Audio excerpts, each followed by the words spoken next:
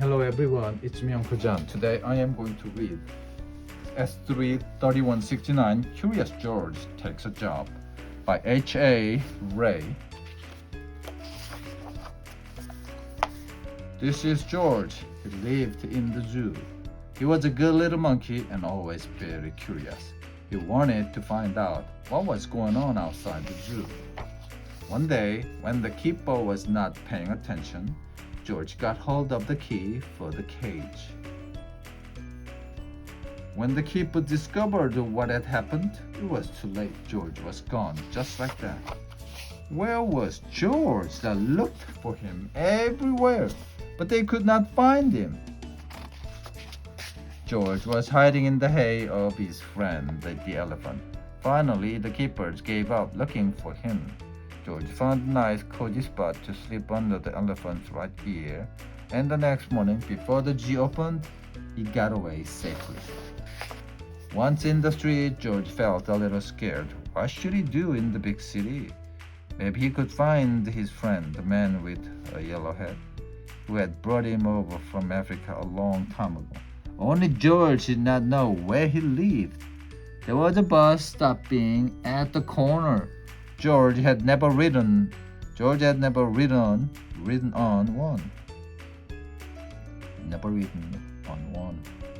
Quickly he climbed the lamppost, jumped on top of the bus, and off they went.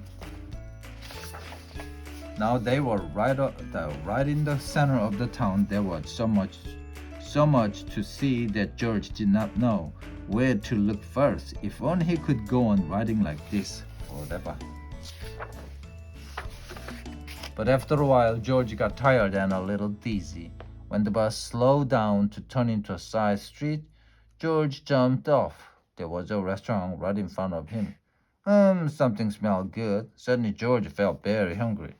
The kitchen door stood open, and George walked in. On the table was a big pot. Of course, George was curious. He had to find out what was in it. When the cook came back, he had a big surprise. Spaghetti was all over the place, and in the middle of it was a little monkey. George had been eating yards and had wound himself all up in it. The cook was a kind man and did not scold much, but George had to clean up the kitchen and then do all the dishes. My, oh my, what a lot of them there were. The cook was watching George. "You're lucky to have 4 hands," he said. "You can do things twice as quickly. I have a friend who could use a handy little fellow like you to wash windows. If you'd like to, I will take you over to him." So they went down into the subway and took an uptown train to the cook's friend. Was an elevator man in a skyscraper. "Sure, I can use you," the elevator man said to George.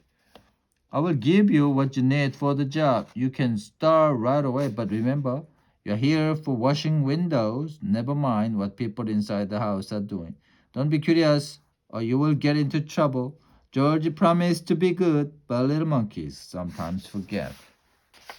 George was ready to start. My, how many windows there were! But George got ahead quickly since he worked with all 4 hands. He jumped from window to window, just as he had once jumped from tree to tree in the African jungle. For a while, George stuck to his work and didn't pay any attention to the people inside. Of course, he was curious, but he remembered his promise. In one room, a little boy was crying because he did not want to eat his spinach. George did not even look, but went right on with his work. In another room, a man was taking a nap and snoring. George was sorry he was not his friend, the man with the yellow head. He listened to the funny noise for a while, then went on working. But what was going on in here? George stopped working and pressed his nose against the window. The painters were working inside. George was fascinated. Painting looked like a lot more fun than washing windows. The painters were getting ready to go out for lunch. The minute they left, George climbed inside. What wonderful paints and brushes they had. George could not resist. An hour later, the painters came back. They opened the door and stood there with their mouths wide open. The whole room had changed into a jungle with palm trees all over the world, and a giraffe and two leopards and a zebra. And a little monkey was busy painting himself on one of the trees. Then the painters knew what had happened. Luckily, George was close to a door. He ran out as fast as he could. After him ran the two painters, then the elevator man, and then the woman who lived in the place. "Oh, my lovely room," cried the woman. "Don't let him get away." George headed for the fire escape. George reached the end of the fire escape. The others had not caught up with him yet. Here was his chance. They could not jump, but George could easily jump down and escape. In a moment, he would be safe. Poor little George, he had forgotten that the pavement was hard as stone, not like the soft grass of the jungle. Too bad the fall broke his leg and an ambulance came to take George to the hospital. "He got what he deserved," said the woman, "making my apartment into a jungle indeed. I told him he would get into trouble," the elevator man added. He was too curious. George had to lie in bed with his leg high up in a plaster cast. He was very unhappy, and it had all started out so nicely. If only he had not been so curious, he could have had a lot of fun. Now it was too late.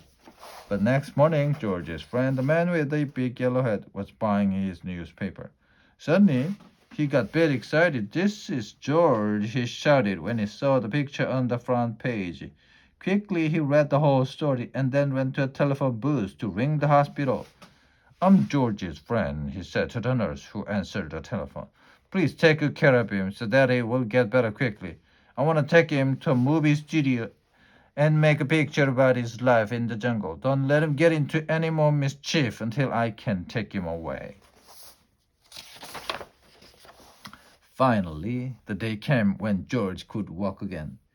"Your friend is going to take you away this morning," said the nurse. "Just wait right here for him and don't touch anything." As soon as George was alone, he looked around at all the strange hospital things. "I wonder what is in that big blue bottle," he thought. George was very curious. It smelled funny. Suddenly his head began to turn. Then he felt as if he were flying. Then rings and stars danced before his eyes. Then everything went dark. And this is how the man with the yellow hat found George when he came to call for him. They picked him up and shook him, but they could not wake him up. He was just so fast asleep that finally they had to put him under the shower. How surprised he was when he woke up. George said goodbye to the nurse and the kind doctor. Then he and the man with the yellow hat got into the car to drive to the movie studio. In the president's office, George had to sign a contract. Now he was a movie actor. In the studio, George was kept so busy all the time that he forgot to be curious. He liked the jungle they made for him and played happily there. And when the picture was finally finished, George invited all his friends to see it. The doctor and the nurse and the ambulance driver and the man from the newsstand and the woman and the elevator man and the two painters and the cook and the reporter and all the keepers of the zoo. Curious George. Now the lights went out and the picture started. "This is George," the voice began. "He lived in the jungle. He was a good little monkey. He had only one fault. He was too curious." The end.